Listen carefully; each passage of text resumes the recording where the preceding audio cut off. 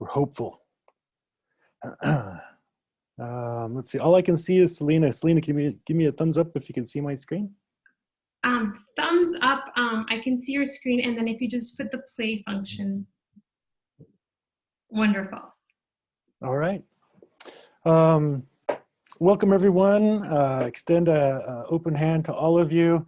Watching people sign in, I had some idea that this was going to be big, but I'm seeing some pretty big names in there, both here at our institution, but from all over the country. So it's an incredible honor to be able to share with you a little bit of what I know. I want to start out with my own cultural protocols. So one of the things that was shared with me was to ta'i ebi'a, speak your language. And the reason for that is because every time you speak your language in an indigenous language, you're bringing strength and utility to your language by using it in a contemporary context. Next, I'd like to do a land acknowledgement. So I know that that's super difficult online, but I want to contextualize it a little bit.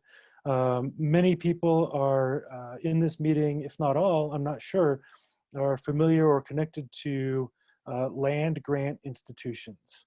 So my land acknowledgement is one that recognized that wherever you're at, there were and are Indigenous people who serve as the people of the land. In New Zealand, they say tangata whenua, the people of that land, and recognize the contributions, both historical and contemporary. But because we're at land grant institutions, I also want to acknowledge the sort of problematic for Indigenous peoples complicated relationship with this concept of land grant institutions. So historically, the Moral Act falls in line, in fact, within a couple of months of two other major policies and laws in the formation of the United States. One was the Intercontinental Railroad Act, and the other one was the Allotment Act. So I want to acknowledge that our institutions, if they're land granted institutions, were funded by lands that were sold. And I want to recognize and question, do we appreciate the history in its entirety? So the Land Grant Act and the Moral Act and the Intercontinental Railroad Act are all part of a problematic dispossession of land by Indigenous peoples. So I want to add that to my land acknowledgement and encourage people to recognize the full history of what it means to be a land grant institution. Now, I understand that that can be problematic, but I offer a solution, and that solution is to recognize the changing nature of land grant institutions. Originally, they were about developing resources. They were about helping develop resources from the lands near the state. They were instituted to develop, in some cases, military training, all things that are connected to this broader agenda of displacing Indigenous peoples. So if we recognize those histories and understand that they've changed over time, we get to see institutions, land grant institutions that have programs developed in the humanities. Their programming, they've developed over time, and I think that their relationship with the Indigenous peoples of the land that are there, that needs to develop as well. So that, to me, is a call to action for people to consider what is the contemporary relationship between these land grant institutions and the people that were displaced. Next, I want to recognize the Itacha, the leadership. I recognize my own dean of my college is on this presentation, so I, of course, want to recognize her, but all of you in your places of leadership, the places where you have, in your circles of influence, you serve as leaders. And I want to thank you for that leadership. It takes people to step up and make positive change. In a very personal way towards diversity, equity, and social justice. So thank you for your leadership in those areas. And I also need to thank Dr. Ahmed for the invitation. Truly is an honor. Thank you very much. So a little bit about me. I first and foremost, I'm a husband and a dad. And while I was getting ready for this, I certainly need to update my slide because this little guy sitting next to me in the chair over here in the top left corner, this guy right here, his hair is about halfway down his back.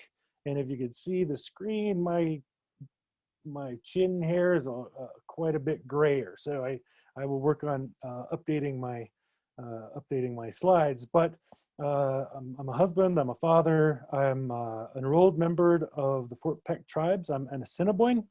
In our own language, that's Nakota. So that's the foundations of my perspective as I look at Indigenous research, Indigenous methodologies, and people that work within those spaces, and in this case, food systems. As far as academics goes, I started at Northwest Community College. I transferred to the University of Central Oklahoma. I was on athletic scholarship during that time, and want to recognize that if it weren't for that scholarship, I might be working in the oil field right now. So athletics was my avenue into higher education. After leaving the University of Central Oklahoma, I got my master's degree at the University of Montana. I received my doctorate in 2011 at the University of Utah, and I currently work as an associate professor at Montana State University.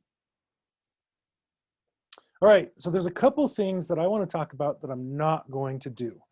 Some of you may have seen an iteration of this presentation, so this might be redundant for you, but for those who haven't, there's a couple of things that I'm not interested in. Number one is entering the deficit model discourse. The deficit model discourse is one that starts by problematizing or finding what's wrong in different places and different spaces and with different communities. I'm not interested in participating in the Olympics of the oppressed. The Olympics of the oppressed include, when we talk about racial and ethnic communities, who had it worse, right? So I'm not interested in delineating people's oppression and competing for who had it worse, but recognizing that multiple communities have been oppressed in their own unique way. And there's unique responses to that oppression. The next one is, I'm not going to define rural or urban. I want to problematize both of these terms. I should have urban up there. But the definition of rural, from some perspectives, includes all schools and all cities, towns, and municipalities in the state of Montana. There's a really broad brushstroke. But if you ask somebody from Poplar, Montana, if Bozeman, Montana, or Billings, Montana, or Missoula, Montana is a big city, they'll say absolutely. So contextually, that can be seen as urban space. Whereas if you ask somebody from Los Angeles, Atlanta, Georgia, Chicago, Illinois, if Bozeman is a city, they're going to say that's absolutely rural. So I want to understand that there are different perspectives, and I'm not here to define that. I'm not going to act as the keeper of anyone's indigenous or rural intersectionality. It's in my opinion, someone's indigeneity is defined by the community that claims them, and that can be fluid as well. So I'm not interested in keeping that. I am interested, however, in recognizing, again, fluidity of identity and how communities make sense of, for instance, for federally recognized tribes, who is and who isn't a tribal member may be different from the very community itself. And the same with rural. There is a rural connection to this presentation, and it's my assumption that if you're working in sustainable food systems, my assumption is that that's predominantly rural, but not completely, and you can absolutely correct me if I'm wrong. Another thing I don't want to do is ignore relationality. Relationality is a Canadian scholar or an Australian scholar who is indigenous to Canada. Sean Wilson talks about relationality in a book called Research as Ceremony. So relationality isn't the relationship necessarily between two people, but the multiple relationships in a community, and that relationality also calls for community accountability. How are you accountable to all of your relations? And all of those relations might not even be limited to human relations, but relations to the place, the landscape, and the knowledges that are held within. So I guess to help contextualize, not define, but contextualize the rurality that I'm speaking about is a couple of years ago, there was a study done on how far from Starbucks can you be in the United States. And currently, the farthest you could be from a Starbucks in the United States is in a place called Circle, Montana. Circle, Montana is right here. And about 50 miles north of Circle, Montana, about right here, is a place called Wolf Point, Montana. And Wolf Point sits on the Fort Peck Indian Reservation, the reservation that I'm from. So when we talk about relationality, and I want to use a little bit of Storywork to do this, and to share how I see relationality.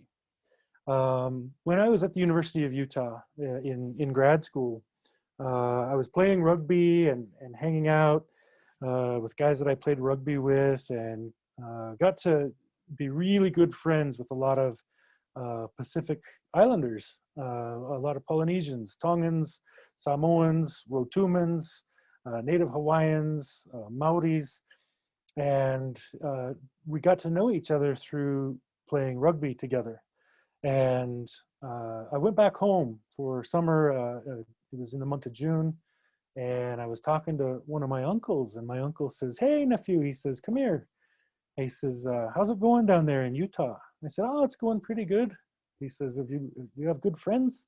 I said, "Well, yeah." I said, "I play rugby," and I said, "You got to meet some of these guys. They're just like us. They like to laugh. They like to eat big. They really really fun people to hang around." I said, "It reminds me of being at home." And he said, "Hold on just a second." He said, "Those friends that you're talking about, those the island people, Widawi Chashtabi," he said, those aren't your friends." He said, "Those are your relatives." He said, "You need to treat them that way." He said, "We're related." And so in my time since then, I've had an opportunity to investigate that a little bit. And there are old school stories that do connect Indigenous peoples globally. And we have some of those stories too. And since then, I've been able to reestablish my thinking around global indigeneity and focus on how we're related and appreciate how we're distinct, but not think about it as, oh, that's not us. We do it this way. So that conversation changed my perspective. And since then have developed relationships with people in the Pacific Islands, in Hawaii and New Zealand particularly, and really do cherish those relationships as family. So I had this conversation with one of my Rotuman friends, this gentleman right here, Victor Narsamulu. He's from Rotuma, and to contextualize Rotuma a little bit,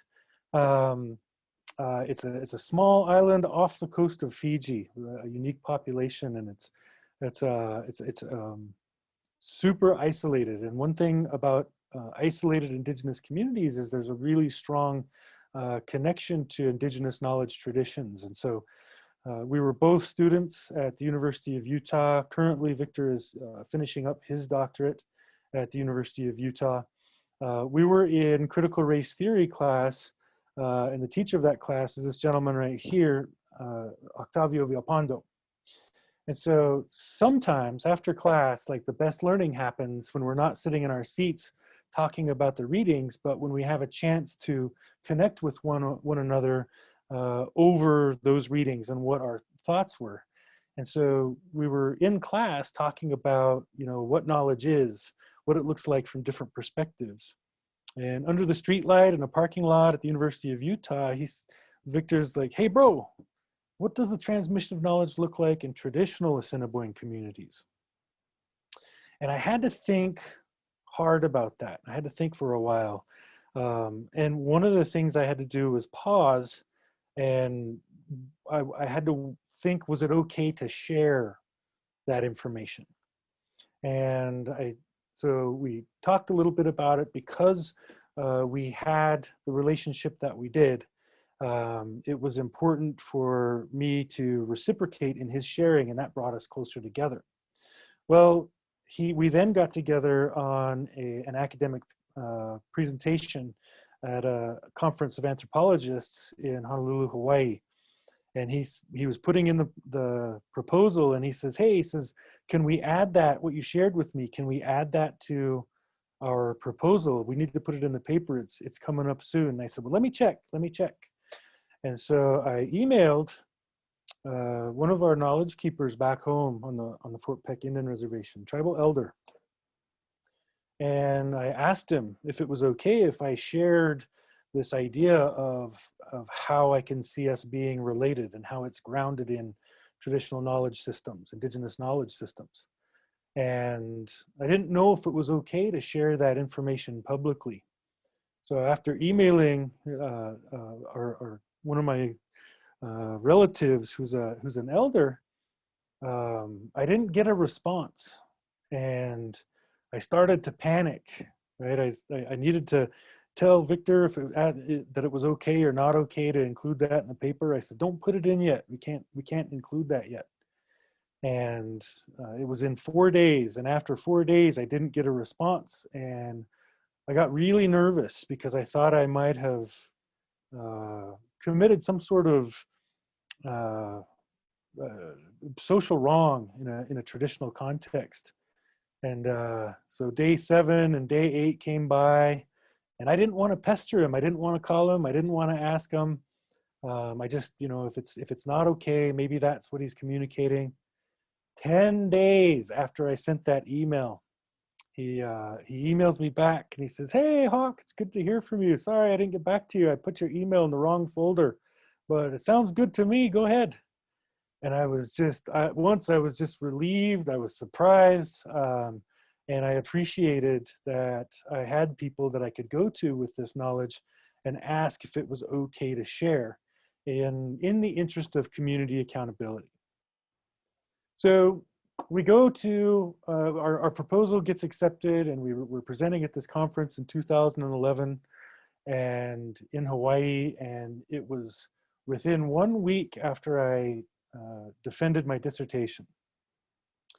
And in Honolulu, and I thought, okay, if I don't pass my dissertation, if something goes wrong, I'm gonna get out of here for a little while. I'm gonna go to Hawaii for a couple days with my wife and just reset. And if I do pass, then we'll go to Hawaii and we'll celebrate. So we went to this conference that was in Honolulu, and we were presenting the idea of this paper, entering cautiously into shared spaces of indigeneity. And so we get done presenting, and just coming off of a dissertation defense, you've got all your academic words, right? You've got your $15, $20 words that you can use, things like cultural context and things like epistemology and etc. And so Victor and I were presenting our paper, right? And it was a little bit of a microcosm of our paper because this was shared indigenous space. So the presentation that we were in, the majority of the room were indigenous scholars from around the world. And we got done presenting, we used all our big words, and there was this big fella. He raises his hand during question and answer time. So we said, please, do you have a question? And he said, you boys, he said, he pointed right at us. He said, "You boys, I want to know what you're doing for your communities right now." And this was within a week of defending a dissertation. And we all know as academics and scholars that that's a huge part of our life. And sometimes that takes away from our community contribution. In order to be successful, unfortunately, sometimes we feel like we have to let our community contributions, we have to let somebody else carry them. And so I was caught flat-footed because I had been immersed and practicing for this defense and writing and in the academic world, and I didn't have an immediate answer. And he continued to chew us out, and he said, "Theory, blah, blah, blah, blah, blah." He says, "Next time I see you, I want to know what you're doing for your community." And there's a second half to that story that complicates the story a little bit. But for our purposes here, I don't ever want to be, I want to communicate with you that I never want to be caught flat-footed like that again. We were saved by a colleague in that situation, but that's outside of the auspices for our purposes here. In that cultural context, it really was shared Indigenous space. And it was a microcosm for that paper because we had to think about, like in a normal academic setting, you would be able to defend yourself, but in a cultural setting, in that academic space, cultural protocol took precedence over defending academic inquiry, as it were. So this speaks to the tension that happens between academic knowledge systems and Indigenous knowledge traditions. It also made me think in the future, what is the utility of scholarship? And is this scholarship accessible to my own community, to other Indigenous communities? So that set forward this project, right? The project was kind of to delineate the rules. What are the rules of Indigenous research? If we're using Indigenous methodologies in research, and I say Indigenous methodologies to complicate the idea, there's Indigenous research methodologies, which is any and all research that's done in Indigenous communities, good, bad, or ugly. But Indigenous methodologies in research is an Indigenous way or finding the best Indigenous way to answer your research question.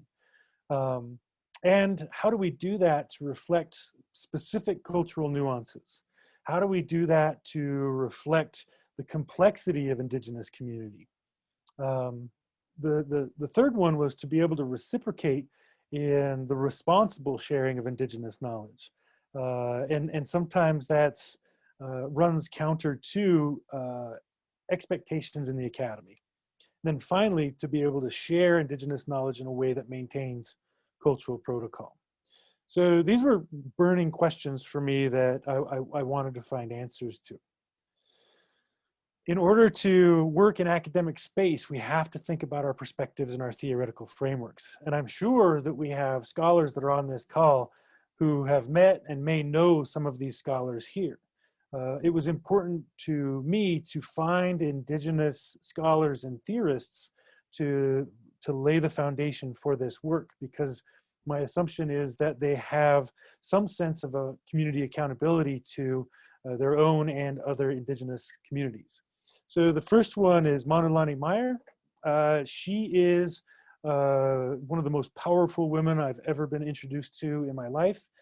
She talks about holographic epistemologies. Holographic epistemologies are learning in mind, body, and spirit.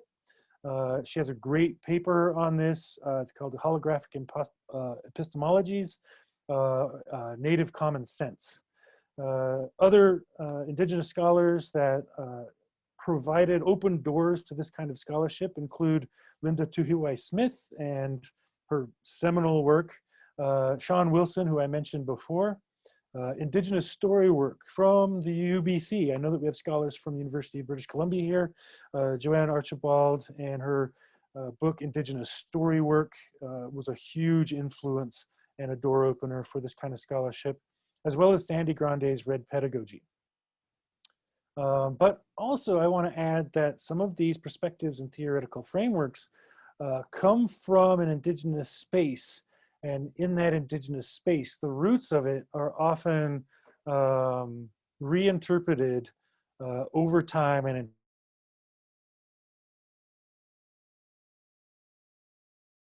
a little bit about epistemological pluralism, which is the academic way of saying different ways of knowing, and recognize that those are important as we seek unique, nuanced ways to do indigenous research.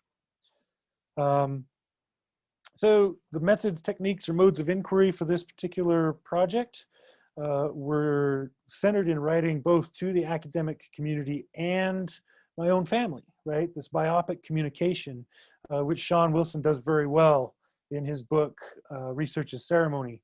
So in that book, he writes in two different fonts. In one font, he's speaking in the academic language, and that's in one font. And then in another font, he's writing to his own children, right? Which makes it really easy to make that information accessible to both academics and indigenous communities. One thing I liked about Maggie Kovacs, here in the center, she uses a conversational method and recognizes that those conversations are couched in relationship. So you can respond to research questions in qualitative inquiry in one way if you don't really know the researcher, and you're going to respond in a different way depending on how well or how you know that researcher. So that also serves to complicate things. And then Joanne Archibald's work, she complicates stories, and in her book she talks about multiple different kinds of stories. And she does talk about two here, but there are more that she talks about in the book here. And I'm not sure how to say these, and I could do my best, but I think it's Squilquiam and Squelquel stories. So these two stories, one Squilquiam stories are legend, past legend, stories held in community, and they're sort of community held stories and community known stories. And Squelquel stories are almost personal anecdotes. There's a tendency for them to be modern. So those are just examples of two different kinds of stories. So the methods in these communal spaces of indigeneity made me think, who is this work by and who's it for? So in this project, I asked my uncle, this gentleman right here, his name is Dr. Kenneth Ryan. He's a language speaker, a knowledge carrier.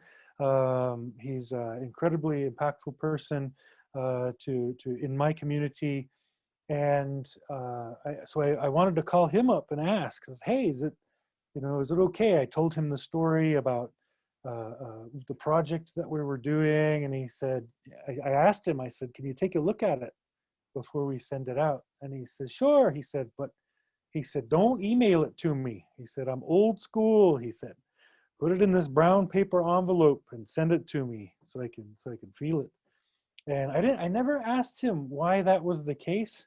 I only think about it in critical ways of, or how our elders might be critical of academic research, how our elders might be critical of electronic communication, etc. But so I did. I sent it back to him in that brown paper envelope, and I wasn't expecting to see it for a while. And then 6 days later, it shows up in my mailbox, and it's got big red lines through some of the text. And it's circled, and then there's a note off to the side, and it said, no, nephew, you're wrong. And there were, he circled other things, and then he would jot down notes. And he went through it incredibly thoroughly. And so I addressed the things that he talked about, and I put it back in a brown envelope, and I sent it to him. And about 3 days later, 2 days later, maybe, the phone rang. And he called up, and I pulled up my document, and I'm trying to take notes while he's talking. And he's talking in two different ways. He's talking to both me personally, and then he's talking in this academic vernacular. And this went back and forth a couple of times. And so I asked him, I said, hey, I said, there's been so much of this, of your knowledge and ontology that's included in this. I said, is it okay if I, can you be a co-author on this? And he said, you don't have tenure yet, he said. And I know that when you don't have tenure, they might give you extra points for scholarship that's authored by one person. He said, so you do what you need to do.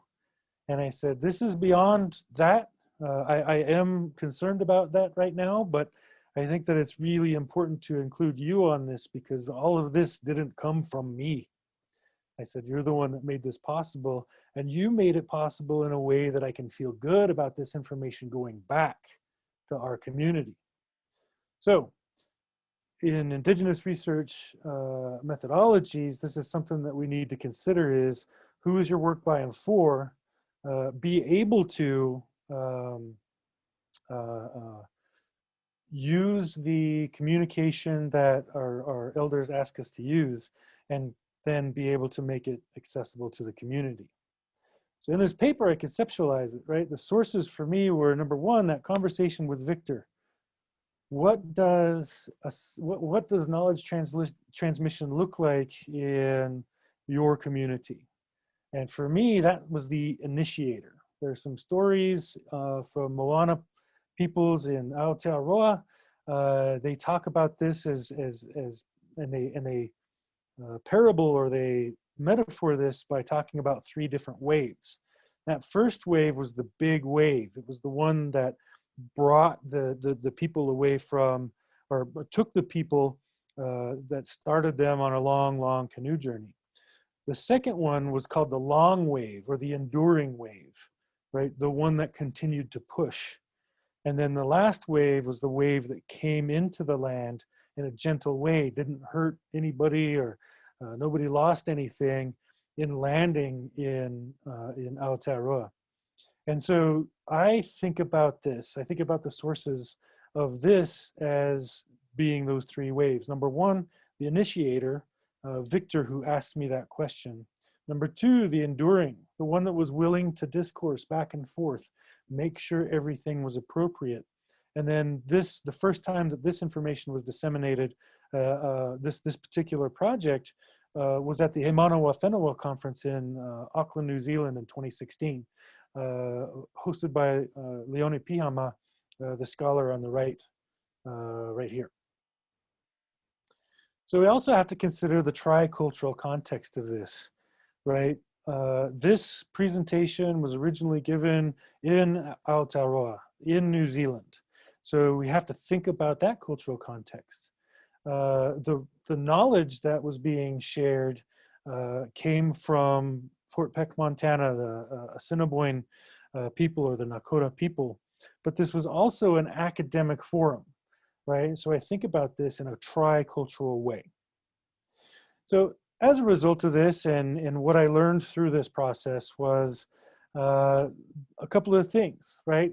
There's not one set standard or one set rule that's established and written down and frozen in time. The rules are established by the relationship of the people that are in it and the context of your work. The second one, you're challenging, Indigenous methodologies are going to challenge these Western paradigms. And in doing so, they're going to reflect community nuance. They're going to respect relationship and understand that knowledge sits in relationship. The vessel for the transmission of knowledge are those relationships. And this counters this concept of objective, generalizable, big T truths. Finally, like Wilson talks about the relational accountability. And for me, this came by way of being able to hear the stories that my uncle shared and be able to make sense of them in a way that reflected the community appropriately. If I had published any of this without going to somebody in my community or a few people in my community, and somebody from my community saw this writing later, that could be seen as problematic, especially if I didn't correct the things that I needed to correct. So when we talk about this relational accountability and this relationality, it's really important to think about how your work impacts the community that gives you your identity. And where the research originates, one of the things that I found, establishes the protocol.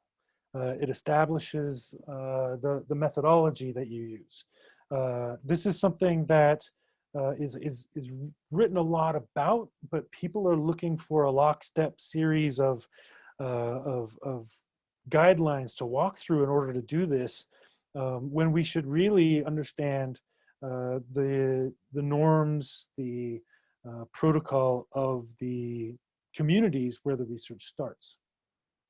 Okay, as far as scholarly significance, this connects to tribal critical race theory and indigenous story work. These are just two examples of several, but stories are real and legitimate sources of data and ways of being.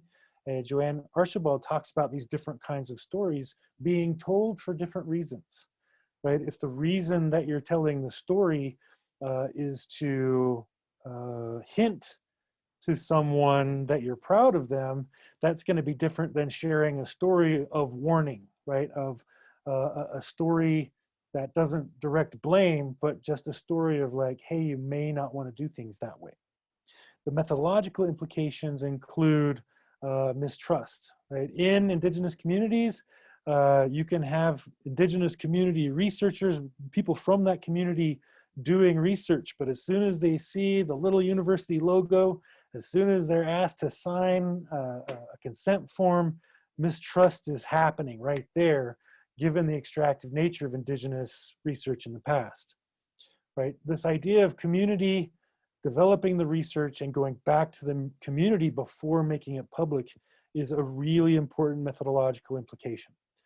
It runs counter, it's more work, but it runs counter to and hopefully repairs some of the harm that's been done by researchers outside of community, coming in not considering community norms and mores. Finally, understanding that knowledge production is related to knowledge stewardship and recognizing that as knowledge is developed, it can change over time. So I think scholars, our elder scholars find this all the time. The things that they said 20 years ago in their career may be different now. As far as practical implications, it was great for me to hear that my co-author said, hey, we're a long way from being done. We still have a lot of work to do. We're far from finished. Practical implications for other researchers is the idea of helicopter research is to be avoided. I want to assume that people were developing as a society, as a scholarly society, that just going into the community, doing your research and then leaving, that's to be avoided, right? Because knowledge is developed in relationship when looking at it from an indigenous context or perspective. And sometimes those relationships are more important than the research that you're doing, right? Here in Montana, we have researchers trying to get to Browning, Montana, which is by car at 80 miles an hour, probably 8 hours away, maybe. It takes a while to get to these communities. And so when researchers get there, they've got limited time and limited resources, and they want to get to the research before those relationships are established, or before those relationships, in some cases, are renewed or sustained. So we have to think about relationships in some contexts being more important than the research. And then finally, how can our research address a crisis of relevance, right? This research should be accessible to the communities and not hidden in academic vernacular. We need to think of dynamic ways to present the research to different audiences in ways that both of them understand, or all of them understand. All right, so when we talk about perspective and experiential proximity, again, going back to Storywork, while I was in grad school, I was taking qualitative research methods from Dr. Andrea Rohrer. And she's a powerhouse. She absolutely had everybody on her toes all the time. She would walk through after an assigned 280 pages of reading, and she would just start asking people about the readings. And so you got to learn how to be efficient and effective in your reading when you were taking Dr. Rohrer's classes. So one class, we're all sitting in a circle, and she drags a desk to the middle of the room. And she puts a bottle of water in the middle of the room, and she starts asking people, what do you see? Just pointing at people at random. What do you see? And somebody's like, well, I see a bottle of water. She says, no, not what you know. What do you see? And they said, well, I could see, in this case, I remember somebody talking about the barcode. They could see little lines and they could see numbers. And then she pointed to the other side of the room. What do you see? They said, well, I could see how this bottle of water is there's light there's images inside it that are distorted and you can see what's behind it. And she's like, okay. And she kept going and we couldn't get past that. And she says, do you understand that your perspective, your point of view is really important in your responses when you're asked a question? And we all kind of hoped not to get called on, and it got quiet and uncomfortable for a second. And she's like, you're not getting this, are you? So she asks, how many of you, and about half of the class were K-12 administrators and K-12 scholars. They were elementary, middle school, and high school professionals.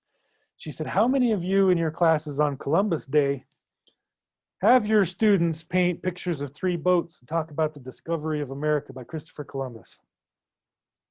And nobody said anything. And she said, you know what? She said, I wouldn't raise my hand either. I'd be ashamed too.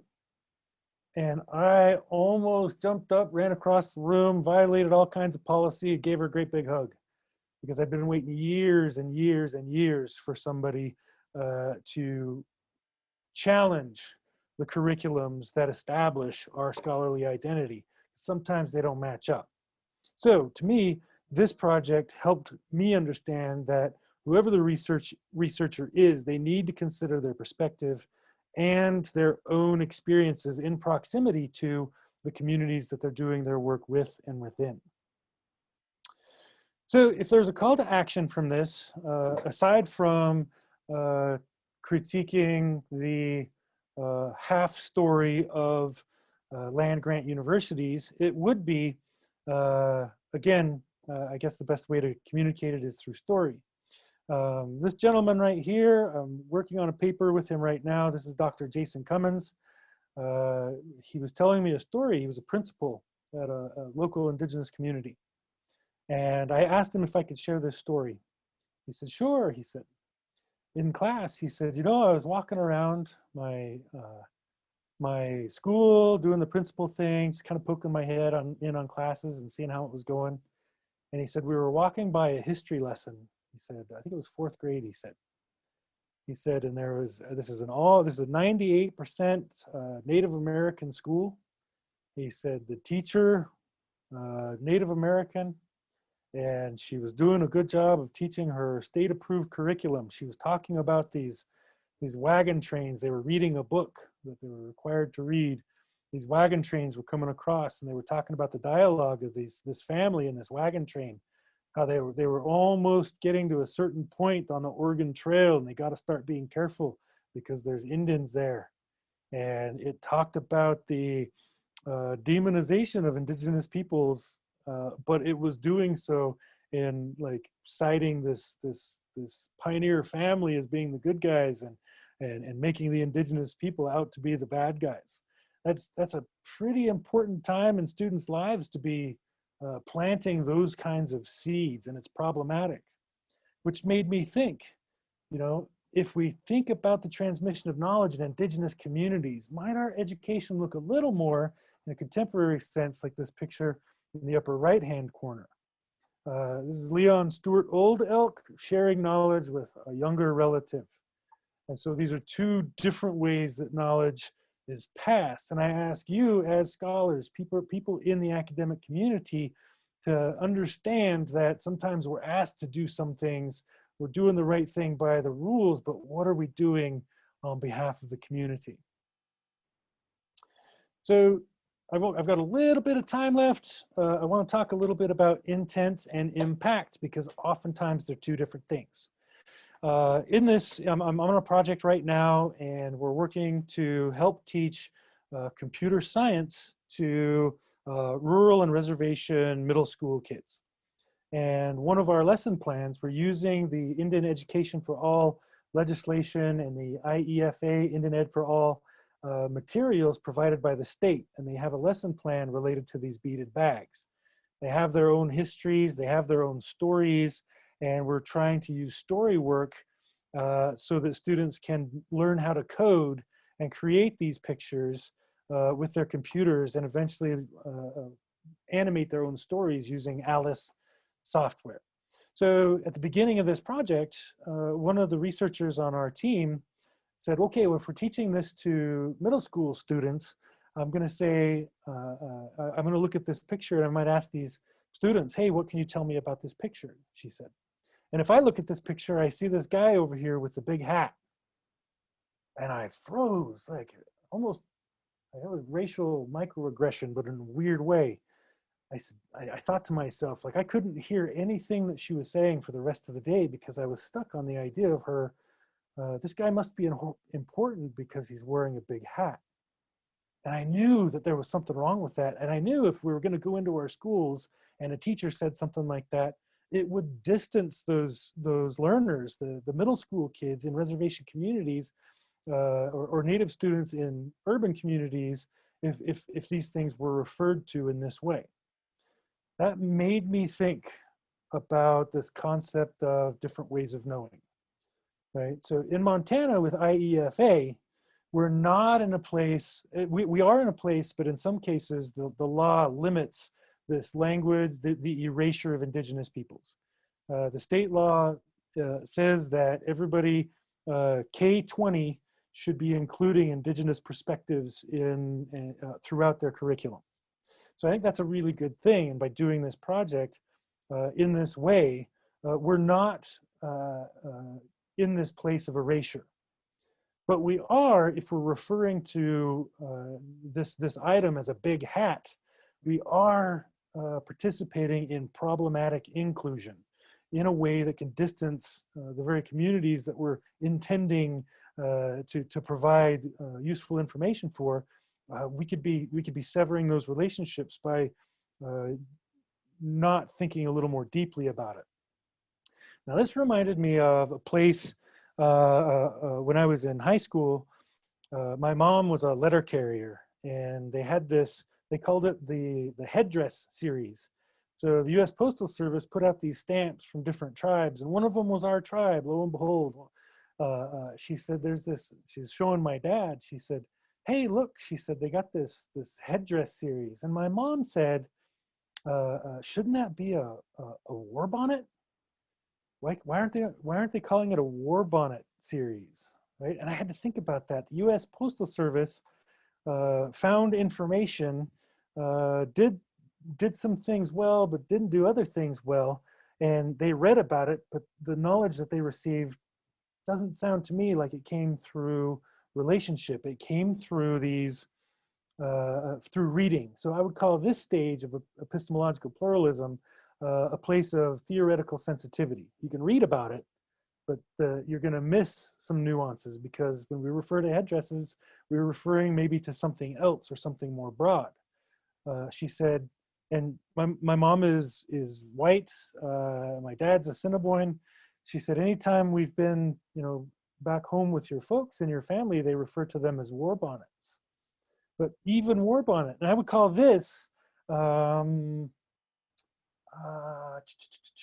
would call it cultural intuition. That's a term that Dolores Delgado Bernal uses, and it's a term that's borrowed from research within Latinx and Latina specific communities.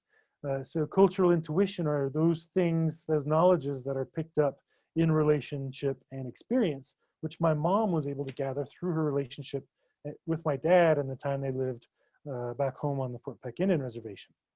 So even to complicate that further, there's this, what I would call indigenous knowledge traditions, right? Where there's a story, there's a terminology, there's a protocol that comes with these things that are war bonnets. We can problematize war bonnet, the term war bonnet, because way back in the day, I'm pretty sure they weren't considered bonnets. In English, bonnets were worn by women and children, and I'm wondering if somewhere along the way, in the etymology of that word, there was an effort to demasculate Indigenous people or Indigenous men through calling these things war bonnet. I don't know, that's something, I'm not a historian. But there's also this concept, and in our language, it's shared with me that, that what people call war bonnets are called wiagawapaha. And that has its own knowledge, they have their own protocols, and that's not necessarily for me to share in an academic forum. So we work from erasure to problematic inclusion to theoretical sensitivity to cultural intuition to Indigenous knowledge tradition. Now, this isn't just for Indigenous knowledge. I think this is a way to make understand different ways of knowing. If we were to do this with computer science, at best, I would be talking about computer science in a problematically inclusive way. All right, so for discussion, I do want to open this up to questions, but these are things that I'm asking us to consider when we talk about this related to sustainable food systems. What is the potential? What can sustainable food systems look like in the Indigenous communities that you're working with and within? Number two, who carries the Indigenous knowledge or the Indigenous knowledge traditions that apply to sustainable food systems? Number three, how are we currently working with these knowledge carriers in ways that reflect the responsible and reciprocal transmission of their knowledge? And number four, how are we able to share these findings in ways that are accessible to the communities themselves? I'll leave those questions up or I'll come back to them. That's my part of the presentation. Pinamaya for engaging or listening to me talk today. These are things that I've been thinking about for a little while, and I feel like I should represent my academic relatives well by sharing with you the references to this presentation. So let me see if I can't. Oh, no, I'll leave the screen up, but turn the time back over to Selena. Thank you so much, Sweeney, for that wonderful presentation. It's given me a lot to think about in terms of story work and relationality, thinking about the place and relationship of knowledge and different ways of knowing. I know for our Sustainable Food Systems program and thinking about our different learning outcomes for our program and our courses, one of the key learning outcomes is thinking about different ways of knowing, and I think some of the strategies that you've shared today will very much translate into that. I do have one question for you, and then I wanted to open it up to others if you have time to take some questions. And before I do that, though, I wanted to briefly pass it on to Erin Beatley from the Food Systems Community of Practice to make a brief announcement about how people can join the Community of Practice, and then I will ask a question. Erin. Sure. Hello, everyone. And you'll see in the chat, there's an address to our website where you can find out more information on the events that we've hosted, what we're about, what our goals and objectives are. And there's also an email there so you can reach us if you want to be added to our listserv and just join the conversation. Thanks so much. Thank you. Yeah, so Sweeney, thank you so much for kicking off this webinar series. And the question that I have is, I would love to hear an example of an assignment that you have for your students in the classroom to begin to think about these concepts of story work and relationality.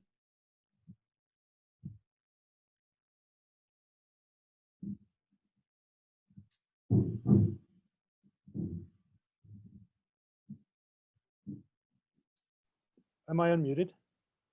You were, now okay. You're, okay. Okay, my apologies.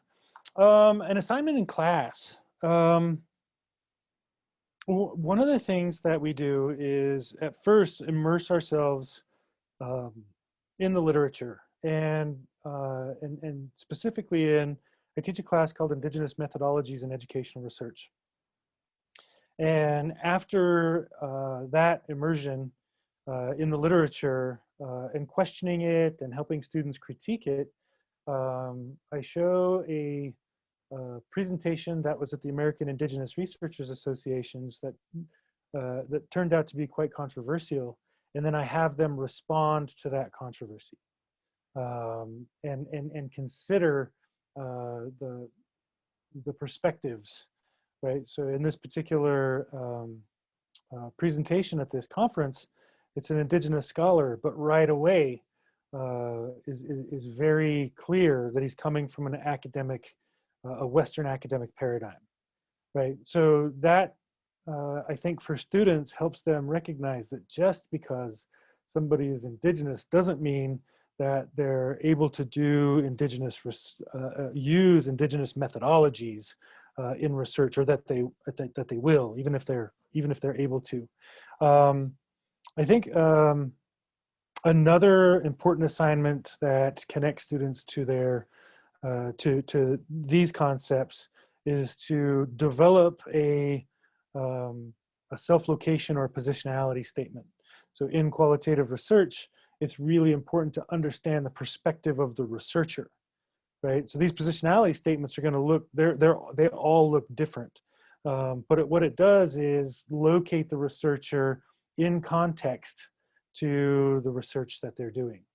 Those are two things that I think help complicate for students their research, but in a good way, in a way that's nuanced and recognizes, as so poignantly made by Dr. Rohrer while I was in grad school, that their perspective, it's important to recognize their own perspective, but also the perspective of others.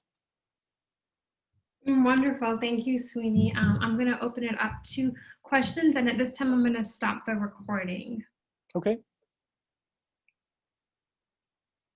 So please feel free to unmute yourself and ask a question, or you may type a question in the chat box.